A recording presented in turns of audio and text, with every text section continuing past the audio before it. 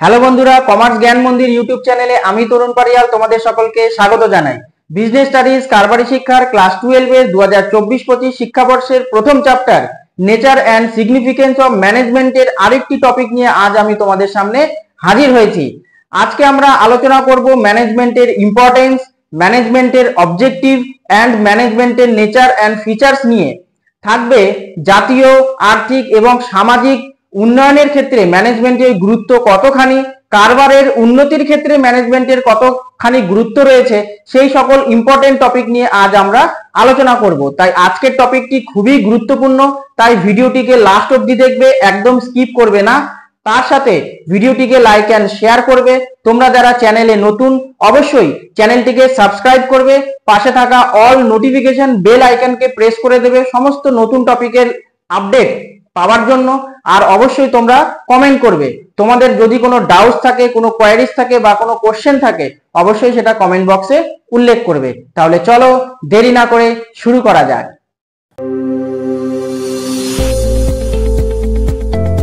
তো বন্ধুরা, লাস্ট ভিডিওতে আমরা আলোচনা করেছিলাম ম্যানেজমেন্টের কনসেপ্ট এবং ডেফিনেশন নিয়ে।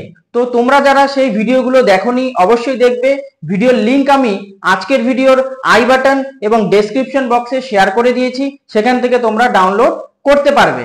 আজকে আমরা আলোচনা করব নেচার অফ ম্যানেজমেন্ট। ম্যানেজমেন্টের কি কি প্রকৃতি, কি কি বৈশিষ্ট্য রয়েছে সেটা আমরা এক এক করে ক্লিয়ার করব। তো ফার্স্টেই বলা হয়েছে ডাইনামিজম, অর্থাৎ ডাইনামিক, গতিশীল। কারবার যেমন গতিশীল তেমনি ম্যানেজমেন্ট বা ব্যবস্থাপনাও কিন্তু ক্রমাগত, প্রতিনিয়ত গতিশীল।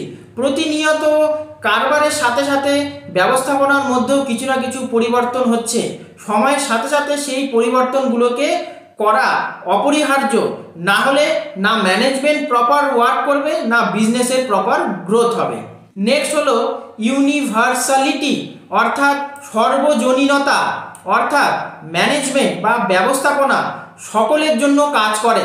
কিন্তু এই বিষয়ে বিশেষ ধ্যান রাখতে হবে যে একটি ইউনিক ম্যানেজমেন্ট প্রিন্সিপাল সব ধরনের বিজনেসের ক্ষেত্রে কিন্তু অ্যাপ্লিকেবল নয়। কারণ যদি বিজনেস টাইপ ডিফারেন্ট হয় তাহলে বিজনেসের এনভায়রনমেন্টও ডিফারেন্ট হবে। তাই একই ধরনের সিদ্ধান্ত সব ধরনের বিজনেসের ক্ষেত্রে অ্যাপ্লিকেবল হবে কি না সেটা ডিসিশন নেয় ম্যানেজমেন্ট। তাই ম্যানেজমেন্ট পরিচালনার জন্য বা ব্যবস্থাপনার জন্য দরকার কমন সেন্স। তাই কমন সেন্সের মাধ্যমেই আমরা যে বিভিন্ন ধরনের যে বিজনেস টাইপ, বিজনেসের এনভায়রনমেন্ট, তো সেখানে কি ধরনের সিদ্ধান্ত নিলে, পরিকল্পনা নিলে বিজনেসের গ্রোথ সম্ভব হবে সেটা নির্ভর করে। নেক্সট হলো combination with art and science. কিছুক্ষণ আগেই উল্লেখ করলাম যে কারবারকে সায়েন্স, বিজ্ঞান এবং কলার সমন্বয় হিসেবে গণ্য করা হয়। নেক্সট হলো গ্রুপ এফোর্ট, গোষ্ঠীবদ্ধ প্রয়াস বা প্রক্রিয়া। আগেই আমরা আলোচনা করলাম, সংজ্ঞাতেই দেখলাম। নেক্সট হলো মাল্টি ডিসিপ্লিনারি, যেমন সমাজবিজ্ঞান, অর্থবিজ্ঞান, অর্থনীতি, এই সমস্ত ক্ষেত্রেই কিন্তু ম্যানেজমেন্টের প্রয়োগ হচ্ছে, সেই কথা এখানে উল্লেখ করা হয়েছে। আছে ম্যানেজমেন্ট ইজ এ প্রফেশন, অর্থাৎ পেশা। আগেই আমরা উল্লেখ করলাম ম্যানেজমেন্টকে পেশা হিসেবে গণ্য করা হয়।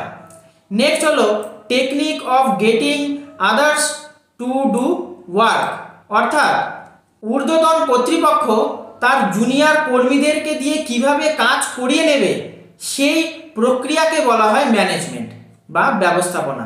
আর লাস্ট হলো কোঅর্ডিনেশন, একে অপরের সাথে সমন্বয় সাধন, একে অপরের সহযোগিতা করা। কারণ ম্যানেজমেন্ট যে প্রিন্সিপাল বা ম্যানেজমেন্টের যে ধারণা, সেখানে বলা হয় যে একটি কোম্পানিতে যতগুলো কর্মী কাজ করছে তারা যদি একে অপরের সাথে যদি সমন্বয় সাধন না করে, একে অপরকে সহযোগিতা না করে, তাহলে কিন্তু কোম্পানির যে ইউনিক গোল রয়েছে, যে ইউনিক উদ্দেশ্য রয়েছে সেটাকে সম্পন্ন করা সম্ভব হবে না। তাই ম্যানেজমেন্টের একটি গুরুত্বপূর্ণ বৈশিষ্ট্যই হলো কোঅর্ডিনেশন। এবার আমরা দেখব difference between efficiency and effectiveness. তো প্রথমেই বলা হয়েছে মিনিং। এফেক্টিভনেসের অর্থ কি? এফেক্টিভনেস বলতে বোঝায় যে কোনো কাজকে সঠিক সময়ের মধ্যে সম্পাদন করা, তাকেই বলা হয় এফেক্টিভনেস বা কার্যকারিতা। আর এফিসিয়েন্সি মানে performing minimum cost function so as to minimize wastage of resources.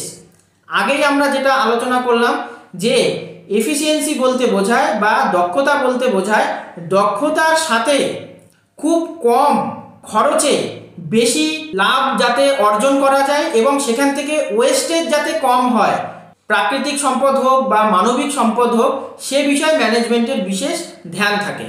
Next হলো ফিচার্স, বৈশিষ্ট্য। তো effectiveness helps and organisation meet its goal, অর্থাৎ কার্যকারিতার মাধ্যমে ম্যানেজমেন্ট একটি কোম্পানির যে মূল উদ্দেশ্য, যে কোম্পানি যে গোল মিশন ভিশন সেট করে রেখেছে সেগুলোকে কিভাবে ফিল করবে তার একটি স্ট্র্যাটেজি এবং অ্যানালাইসিস প্রস্তুত করে। আর এফিসিয়েন্সির ফিচার্স কি?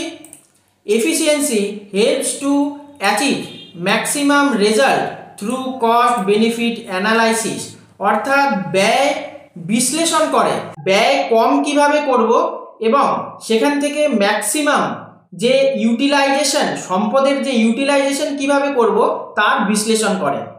আর লাস্ট হলো ইম্পর্টেন্স। এফেক্টিভনেসের ইম্পর্টেন্স হলো production work is possible in time, অর্থাৎ সময়ের মধ্যে, নির্দিষ্ট সময়ের মধ্যে উৎপাদন যাতে সম্পন্ন হয় সে বিষয়ে এফেক্টিভনেসের ডিটেলস বা ইম্পর্টেন্স জড়িত রয়েছে। আর এফিসিয়েন্সির ইম্পর্টেন্স বা গুরুত্ব কি? Production work is done at minimum cost, খুব অল্প খরচে যাতে উৎপাদন সম্পন্ন হয় সে বিষয়ে ম্যানেজমেন্ট এফিসিয়েন্সির মাধ্যমে, দক্ষতার মাধ্যমে বিশেষ সিদ্ধান্ত গ্রহণ করে। এবার আমরা দেখব অবজেক্টিভ অফ ম্যানেজমেন্ট, ম্যানেজমেন্টের উদ্দেশ্য কি।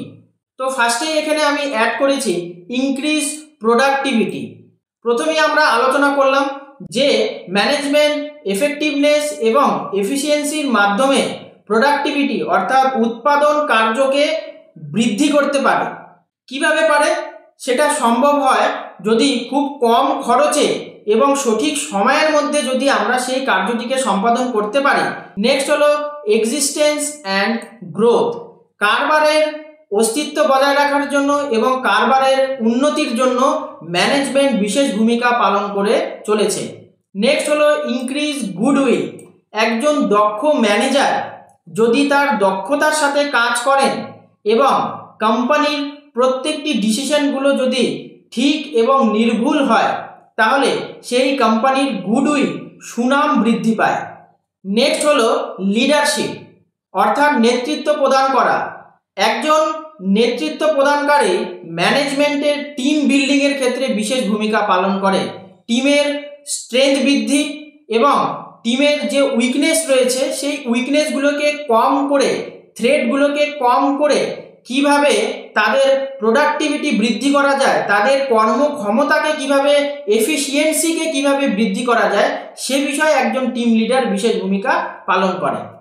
আর লাস্ট হলো ইউনিভার্সাল ইউজ অফ ম্যানেজমেন্ট, অর্থাৎ সর্বজনীন ব্যবহার ম্যানেজমেন্টের মাধ্যমে করা হয়, অর্থাৎ প্রত্যেকটি ফিল্ডের জন্য সমাজ, বিজ্ঞান, অর্থনীতি, রাজনীতি, ব্যবসা সর্বত্রই ম্যানেজমেন্ট বা ব্যবস্থাপনার প্রয়োগ করা সম্ভব এবং এটি একটি গুরুত্বপূর্ণ অঙ্গ আধুনিক যুগে। এবার আমরা দেখব ইম্পর্টেন্স অফ ম্যানেজমেন্ট, ম্যানেজমেন্টের গুরুত্বটা কোথায়। তো প্রথমেই বলা হয়েছে ইউনিভার্সাল, অর্থাৎ সর্বজনীনতা, অর্থাৎ ম্যানেজমেন্ট প্রত্যেকটি ডিপার্টমেন্টের জন্যই, সমাজের প্রত্যেকটি অংশের জন্য খুবই গুরুত্বপূর্ণ। নেক্সট বলা হয়েছে optimum utilization of resources, management বা ব্যবস্থাপনা সবসময় ধ্যান রাখে খুব কম খরচে যতটা সম্ভব প্রাকৃতিক সম্পদ হোক, মানব সম্পদ হোক বা আদার্স কোনো আর্থিক সম্পদ হোক, সেটা খুব কম খরচে যতটা সম্ভব অপটিমাম ইউটিলাইজেশন করা যায় সেদিকে ম্যানেজমেন্ট বিশেষ ধ্যান দেয়। নেক্সট হলো balance between demand and supply, ব্যবস্থাপনা বা একজন ম্যানেজার সবসময় একটি কোম্পানির ডিমান্ড অ্যান্ড সাপ্লাইয়ের দিকে বিশেষ ধ্যান দেয়, কারণ একটি কোম্পানির যে মার্কেটিং টিম রয়েছে বা যে সেলস পার্সোনাল রয়েছে তারা সবসময় মার্কেট অ্যানালাইসিস করে যে মার্কেটে কোন প্রোডাক্টের ডিমান্ড বেশি এবং তার সাপ্লাই দেওয়ার জন্য কোম্পানিকে কতটা এফিসিয়েন্সি এবং এফেক্টিভনেসের মাধ্যমে উৎপাদন কার্যপ্রণালীকে বৃদ্ধি করতে হবে সেদিকে বিশেষ ধ্যান দেয়। নেক্সট হলো ক্রিয়েটিভিটি অ্যান্ড ইনোভেশন, খুবই ইম্পর্টেন্ট পয়েন্ট। বর্তমান যুগে বিজনেসের উন্নতির জন্য ক্রিয়েটিভিটি এবং ইনোভেশন খুবই প্রয়োজন। আধুনিকতার প্রয়োগ এবং চিন্তা শক্তিকে বৃদ্ধি করার যে প্রসেস এবং তার যে পলিসি, সে বিষয়ে ডে বাই ডে প্রত্যেকটি কোম্পানির ম্যানেজমেন্ট টিম কাজ করে চলেছে। নেক্সট হলো ইকোনমিক ডেভেলপমেন্ট, আর্থিক উন্নতি। যদি একটি বিজনেস উন্নতি ঘটায়, তার কারবারের উন্নতি হয়, তবে অবশ্যই তার বিজনেসের সাথে সাথে যে কর্মী বা যে স্টাফ নিযুক্ত করা হয়েছে তাদের আর্থিক উন্নয়নের পাশাপাশি সমাজ এবং দেশের আর্থিক উন্নয়নও বৃদ্ধি পাবে, যেটা আমরা অলরেডি ক্লাস 11-এ আলোচনা করেছিলাম। আর লাস্ট হলো ন্যাশনাল ওয়েলফেয়ার। জাতীয় স্বার্থ রক্ষার ক্ষেত্রে ম্যানেজমেন্ট একটি বিশেষ ভূমিকা পালন করে, কারণ একটি কোম্পানি যদি গ্রোথ হয় তাহলে অটোমেটিকলি সেই জাতি বা সেই দেশের উন্নতি ঘটা অবশ্যম্ভাবী। তাহলে আজ এ পর্যন্ত, আজ এখানেই বিদায় নিচ্ছি। অলরেডি আমরা ম্যানেজমেন্টের বেসিক কনসেপ্ট তোমাদের সাথে শেয়ার করলাম। তো নেক্সট ভিডিওতে আমরা চ্যাপ্টার 1-এর পরবর্তী অংশ নিয়ে আলোচনা করব। তাহলে খুব শীঘ্রই দেখা হচ্ছে। ততক্ষণ ভালো থাকো, সুস্থ থাকো, মন দিয়ে পড়াশুনো করো। জয় হিন্দ, বন্দে মাতরম।